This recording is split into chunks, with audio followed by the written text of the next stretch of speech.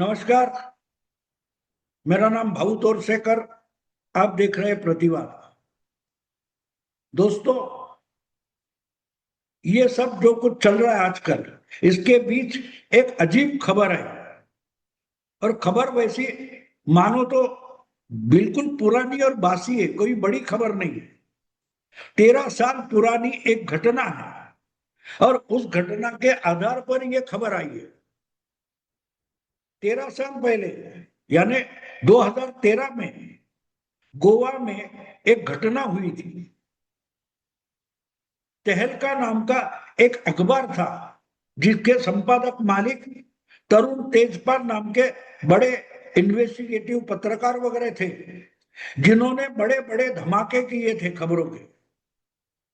बड़े बड़े रहस्य भेद करके, खुलासे करके उस समय की जो सरकार थी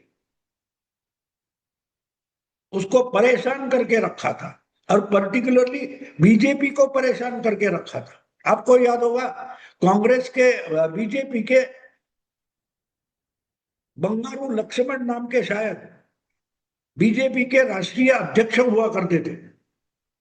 उनको रिश्वत लेते हुए कैमरे पर पकड़ने का एक गौप्य स्फोट तरुण तेजपाल की तहलका वेबसाइट ने किया था। और उसके बाद तरुण तेजपाल इतने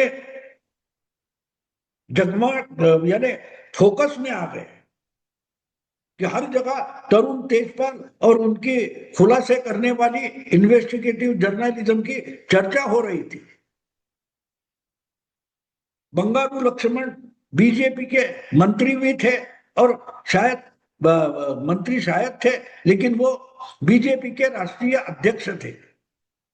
और उनको एक बोगस किसी को भेजकर 5 लाख या 50 लाख कुछ रिश्वत देने की कोशिश हुई, और छुपे कैमरे से उसका रिकॉर्डिंग करके पूरा बीजेपी को बदनाम करने का बड़ा षड्यंत्र इसी तरुण तेजपाल ने रखा था, बनाया था और इम्प्लीमेंट किया था।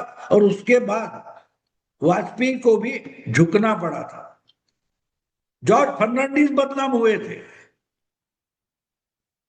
याद है आपको? वो वेबसाइट थी टहलका। और आगे चलकर जब इसका बहुत नाम हो गया, इनका बवाल खड़ा हो गया, तो उन्होंने एक पेपर अखबार निकालने की कोशिश की, और उनका अखबार शुरू हो गया जिसका नाम था टहलका। 13 साल पुरानी जो घटना मैं बोल रहा हूं, वो इसी टहलका अखबार की है। ये तो मुझे लगता है शायद हिंदी और अंग्रेजी में चलने वाला एक वीकली था, साप्ताहिक था।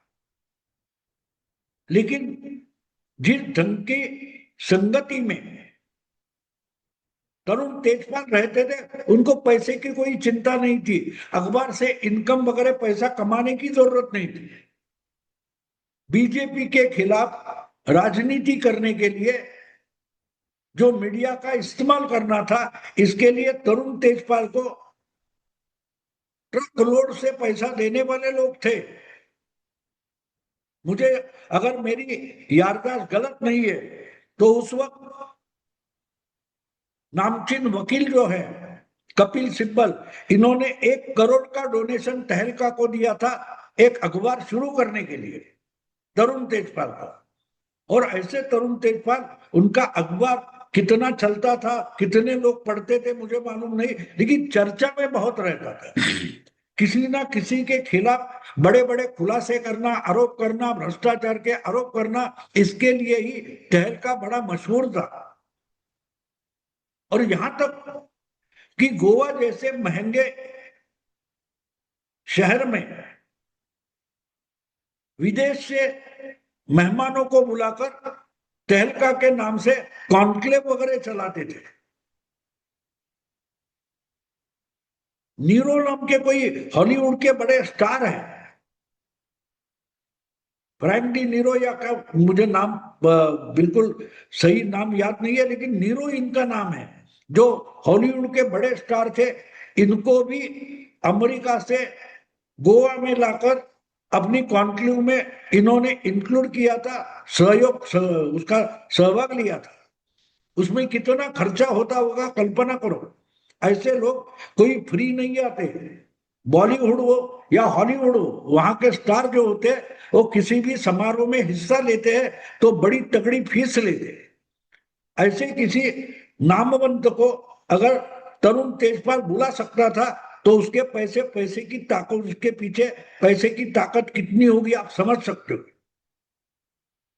ये सब मैं इसलिए बोल रहा हूं कि जब ये नीरो आया था तो वो कॉन्क्लेव में आए थे और उसी वक्त तहलका में काम करने वाली एक युवा लड़की 20-25 साल की जो कुछ होगी वो नीरो के साथ हमेशा रहती थी। उनका रूम या हॉल कहाँ है वगैरह वगैरह दिखाने के लिए। ये जो लड़की थी वो तरुण तेजपाल के बेटे बेटी की दोस्त थी, यानी तरुण तेजपाल के लिए बेटी जैसी थी। एक्चुअली तरुण तेजपाल के एक पुराने कलीग उनकी बेटी थी और वो पिता के मृत्यु के बाद तहलका में ही जर्नलिस्ट बनने के लिए इनके साथ आ गई थी, लेकिन तरुण तेजपाल के बेटी की भी दोस्त थी, यानी बेटी जैसी थी। और वो जब कॉन्क्लेव खत्म हो गया ये बच्ची मुंबई पहुंच गई और उसके बाद उसने जो खुलासा किया उससे तरुण तेजपाल बुरी तरह से फंस गया। तरुण तेजपाल ने उसका सेक्सुअल एक्सप्लॉयटेशन करने की कोशिश की, ऐसा आरोप था। तो जब शुरुआत हो गई तो उसका जो आरोप था वो उस समय की वो जो एग्जीक्यूटिव एडिटर थी उसको उन्होंने बताया। तो सवाल पूछा गया तो खुद तरुण तेजपाल ने ईमेल लिखकर हम मुझसे गलती हो गई ये माना था, यानी ये आरोप बेबुनियाद नहीं था। जिस बच्ची ने ये आरोप किया था वो सही था और इसलिए इतना बवाल खड़ा हो गया, इतना पूरी मीडिया में तरुण तेजपाल का सेक्सुअल एक्सप्लॉयटेशन, यही बवाल खड़ा हुआ था। 2013 की बात है। और जब इस पर गोवा में एक एफआईआर दर्ज किया गया तब तरुण तेजपाल दिल्ली में थे और दिल्ली में वो अंडरग्राउंड हो गए, गायब हो गए, फरार हो गए। तरुण तेजपाल कहाँ है ये किसी से फोन पर भी नहीं मिल रहे थे और बड़ी चर्चा हो रही थी। और उन्होंने कहा कि मैंने उस लड़की से माफी मांगी है, लेकिन बात वहां खत्म नहीं हुई। उन्होंने यहां तक बोला कि गोवा में बीजेपी की सत्ता है इसलिए मुझे फंसाने की कोशिश हो रही है। मैंने ऐसा कुछ किया ही नहीं, ऐसा तो तरुण तेजपाल बोला नहीं था। उसने खुद ईमेल लिखकर उस लड़की की माफी मांगी थी। अपनी जो एडिटर थी उसका नाम मुझे याद नहीं आ रहा है, उसको ही लिखकर भी बोला था हाँ बहुत मुझसे गलती हो गई है लेकिन मैं कान पकड़ता हूं, मैं एडिटर इन चीफ का रिजाइन करता हूं वगैरह वगैरह कुछ हुआ था। लेकिन जब उस पर एफआईआर दर्ज हुआ तब ये इंसान गायब हो गया, फरार हो गया। आगे चलकर ऐसा माहौल खड़ा कर दिया कि उसको गोवा जाना पड़ा, लेकिन उसका खुलासा क्या था? अपनी गलती पर ये इंसान नहीं बोल रहा था, अपनी गलती पर नहीं बोल रहा था। बीजेपी की सरकार गोवा में है इसलिए मुझे फंसाया जा रहा है, वरना इतनी बड़ी बात नहीं है। इतनी बड़ी नहीं इसका मतलब क्या है? आप किसी लड़की का लैंगिक शोषण करते हो अपने दबाव में लाकर, आप ही मालिक हो, आप ही एडिटर हो, वो आपके पास काम करने वाली बच्ची है, उस पर ज्यादती करना और ऊपर से बोलना कि ऐसी कोई बड़ी बात नहीं हुई है, ऐसा कुछ सीरियस नहीं हुआ है, लेकिन जो कुछ हुआ है वो तो मॉलेस्टेशन था। और आखिर में तरुण तेजपाल को गोवा जाना पड़ा, पुलिस का इन्वेस्टिगेशन हो गया, लेकिन कुछ 7-8 साल पहले वहां के सेशन कोर्ट ने इनको बरी कर दिया था। लेकिन गोवा सरकार ने हाईकोर्ट में वो मामला लेके गए और वो वहां पड़ा था जिसका अभी रिजल्ट आया है। तो सेशंस कोर्ट ने गोवा का जो सेशंस कोर्ट है वो एक्चुअली मुंबई हाई कोर्ट का एक बेंच है, उसके सामने इसका अपील आ गया और अभी अभी मुंबई हाईकोर्ट के गोवा बेंच ने तरुण तेजपाल को बरी करने वाला जो ऑर्डर था वो कैंसिल किया है, और कैंसिल करके नहीं रुके। उन्होंने, हाईकोर्ट की बेंच ने इनको 10 साल की रिगरस यानी सख्त मजदूरी की सजा दी है, 20 लाख से ज्यादा कुछ रकम का जुर्माना लगाया। मुझे एक बात याद आती है, उस वक्त बड़े बड़े दिल्ली के ल्यूटेंस दिल्ली के जो पत्रकार है उसमें से बड़े नामचीन है, वो चुपचाप बैठे थे या बोल रहे थे, बोलते ऐसी चीजें तो होती जाती है। यानी आपके साथ काम करने वाली लड़कियां होती है, महिलाएं होती है, उसका गैर फायदा उठाने की कोशिश हमेशा होती रहती है। ये इनका आर्ग्यूमेंट था उस वक्त। ये मैं आज इसलिए मैं इसको इंपॉर्टेंट इसलिए मान रहा हूं कि जब ये केस सेशंस कोर्ट में चली थी, उसके बाद जब उस बच्ची को इन कैमरा अलग अलग सवाल पूछे गए, उसके कैरेक्टर पर दाग लगाने की कोशिश हो गई बच्ची कि ये कौन सी चारित्र संपन्न लड़की थी, उसका कैरेक्टर क्या है, जो कुछ हुआ वो दोनों के सामूहिक इच्छा से हुआ वगैरह वगैरह आर्ग्यूमेंट किया गया। लेकिन उस बच्ची ने वो साफ साफ उसका इनकार किया था। लेकिन जो कुछ हुआ उस पर बोलते हुए, मुझे मालूम है राहुल सिंह नाम के कोई एडिटर, पुराने एडिटर थे, वगैरह वगैरह बोल रहे थे ऐसी बातें तो होती रहती किसी भी ऑफिस में। यानी जो मेल पुरुष वरिष्ठ होते हैं वो बच्चियों का, महिलाओं का शोषण छोटा मोटा करते हैं, ये तो आम बात है। ये आर्ग्यूमेंट था दोस्त। लेकिन ये कब होता है? इस लड़की पर लांछन उठाने की कोशिश क्यों करेंगे, उछालने की? उसका कारण ये था कि जब कोई भी महिला, कोई भी लड़की दिल खोलकर बात करती है तो उसको समझने में पुरुषों की गलती हो जाती है,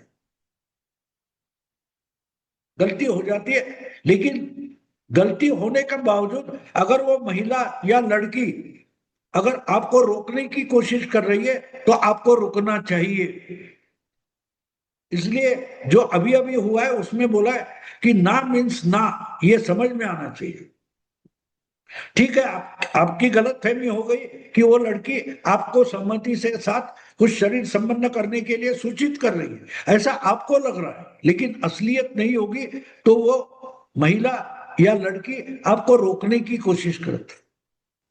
लेकिन आप पुरुष होने के कारण और आपका अधिकार ज्यादा होने के कारण आप प्रेशराइज करके उसका एक्सप्लॉयटेशन कर सकते हो, उसका शोषण कर सकते हो। ये भी फैक्ट है और यही तो हुआ था। एक तो बाप का दोस्त था, अपनी जो दोस्त है उसका बाप था, और तीसरी गोष्ट एडिटर भी था और अखबार का मालिक भी था। और इसलिए अगर वो बच्ची दबाव में आती है तो उसका तुम फायदा उठा रहे हो, ये सच्चाई होती है। ये मैं इसलिए बोल रहा हूं कि वो लड़की थोड़ी फ्री होगी, दिल खोलकर बातें करती होगी, चार लोगों की या रेगुलर जो होता है थोड़ी खुलकर बोल रही है, इसका मतलब ये इजीली अवेलेबल है, ऐसा जब माना जाता है तब ऐसी चीजें होती है। जो तरुण तेजपाल के केस में या उस लड़की के केस में हो गया, उसका कारण साफ था कि शायद उसकी भाषा, शायद उसका वर्तन, उसका बर्ताव इतना खुला था कि शी इज अवेलेबल। वो आपको जिस ढंग से उसका फायदा उठाना है उठा सकते हो, ऐसा सिग्नल आ सकता है। लेकिन असलियत वो होगी ऐसा नहीं। लेकिन एक बात होती है कि आप जिस ढंग का बर्ताव करते हो, जिस ढंग की भाषा का इस्तेमाल करते हो, तो सामने वालों की गलत फहमी भी हो जाती है। और जब उस पुरुष के मन में एक जानवर खड़ा हो जाता है, जोश में आ जाता है, तो आप अपना बचाव भी नहीं कर पाओगे। यही हुआ था तहलका के मामले में, तरुण तेजपाल के मामले में। वो पूरा गुनहगार है ऐसा मैं नहीं मानता। ये थोड़े थोड़े सिग्नल दिए जाते तभी अगर उस बच्ची ने या महिला ने अगर रोका नहीं तो सामने वाला पूरे जोश में आकर उसका फायदा उठाना चाहता है। लेकिन उसमें एक बात भूलनी नहीं चाहिए, एक तरीके से आप जिस खुले मन से या खुले तरीके से अपनी शर्म हया रखती नहीं या रोकती नहीं तो सामने वाला फायदा उठाता है। इसमें आपका भी कोऑपरेशन होता है। इसको ऐसे सिग्नल को मैं कोऑपरेशन मानता हूं। उस लड़की की भी गलती थी। अगर सामने वाले की फितरत तुम नहीं जानती तो आपको सावधान रहना जरूरी था, लेकिन जो हुआ तो हो गया। ये बाप की उम्र का था और वो बच्ची इनकी बेटी जैसी थी, फिर भी उसने किया। तो क्यों किया? क्योंकि आपका बर्ताव भी इतना खुला था, उसमें उसको अश्लील वीडियो दिखाना, पोर्नोग्राफी दिखाना, अश्लील भाषा का इस्तेमाल करना, ये होता था। ये उन्होंने भी मान लिया, तेजपाल ने भी मान लिया। लेकिन अगर ये भाषा चल जाती है तो 2 कदम आगे जाने में क्या हर्ज है, ऐसा उनको लगा। और ऐसा बहुत सारे लोगों को लगता है, ये फैक्ट है, ये हमको स्वीकारना चाहिए। और इसलिए बच्चियों को समझाया जाता है, रोका जाता है कि भाई ये लक्ष्मण रेखा है, इस लक्ष्मण रेखा के आगे नहीं जाना है। संस्कृति का मतलब क्या होता है? संस्कृति का मतलब सीधा साधा इतना ही होता है कि इंसान में छुपा हुआ जो जानवर है उसको एक लगाम लगाया जाता है। उस लगाम को संस्कृति बोलते हैं कि भाई यहां तक जाना है, इसके आगे नहीं जाना है। अगर महिला वो लक्ष्मण रेखा का पालन करेगी तो अपने आप सामने वाले का वो लगाम एक्टिवेट हो जाता है। अगर आप बिंदास कुछ भी बातें करोगी, बोलोगी या अश्लीलता के तरफ जाने वाली कुछ शब्दों का इस्तेमाल करोगी तो सामने वाले को वो खुला निमंत्रण लगता है। और वही हुआ है पिछले कुछ दिनों से। जो जंतर मंतर के आंदोलन में जो इस भाषा का इस्तेमाल हुआ, जिस तरीके के वीडियो बनाने का जिक्र हुआ है, उसके बाद ये तरुण तेजपाल का जो मामला सामने आया है वो उससे जोड़कर देखना चाहिए। मैं मानता हूं कि जंतर मंतर पर जिन बच्चियों ने गलत भाषा का इस्तेमाल किया है, गलत बिहेवियर किया है, गलत शब्दों का, गालियों का इस्तेमाल किया है, उसके बाद वो एक तरीके से ऐसे जो जानवर आसपास घूम रहे हैं उनको इनवाइट कर रही है, उनको निमंत्रण दे रही है, आओ मेरा फायदा उठा। और ऐसी बच्चियों के लिए तरुण तेजपाल के मामले में आया हुआ जो रिजल्ट है, ऑर्डर है, वो इंपॉर्टेंट इसलिए मैं मानता हूं कि ऐसी सब बच्चियों को माफ करो वगैरह बात छोड़ दो, लेकिन ये तरुण तेजपाल का और उस लड़की का मामला क्या हुआ था, क्यों हुआ था, ये इन सब बच्चियों को समझाना जरूरी है। अगर आप अभी नहीं समझोगे तो नुकसान तो होता जाता है। उस बच्ची का नुकसान हो गया था, उसको मुंह छुपाकर घूमना पड़ रहा था। विक्टिम वो थी लेकिन मुंह छुपाकर उसको घूमना पड़ता था। क्या ये बच्चियां जो हम मॉडर्न है करके एक अलग बर्ताव कर रही है, गाली गलौज की भाषा इस्तेमाल कर रही है, उनको मुंह छुपाकर जिंदा रहना है? पूरी जिंदगी मुंह छुपाकर जीने की इच्छा है उनको? सोचो।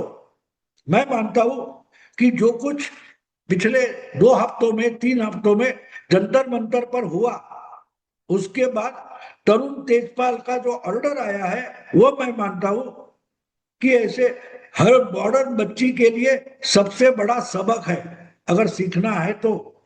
वरना परिणाम भुगतो, क्योंकि नुकसान हो जाता है, उसके बाद उस पर इलाज हो सकता है, लेकिन स्थिति पूर्ववत नहीं होती, ये भी समझ लो। दोस्तों, मैं रुकता हूं। अगर वीडियो पसंद आए तो लाइक कीजिए, शेयर कीजिए और प्रतिवाद को सब्सक्राइब कीजिए। नमस्कार।